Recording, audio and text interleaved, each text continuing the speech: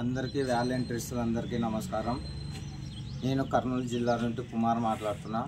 కర్నూలు జిల్లా పూర్మూరు మండలం పేలకుర్తి విలేజ్.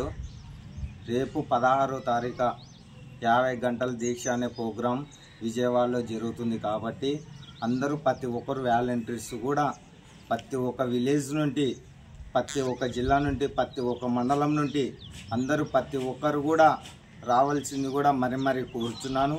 ఈ 50 గంటల దీక్ష అనేది కూడా చాలా ఇంపార్టెంట్ అయిన విషయం అని కూడా మీరందరూ తెలియజేస్తున్నాను.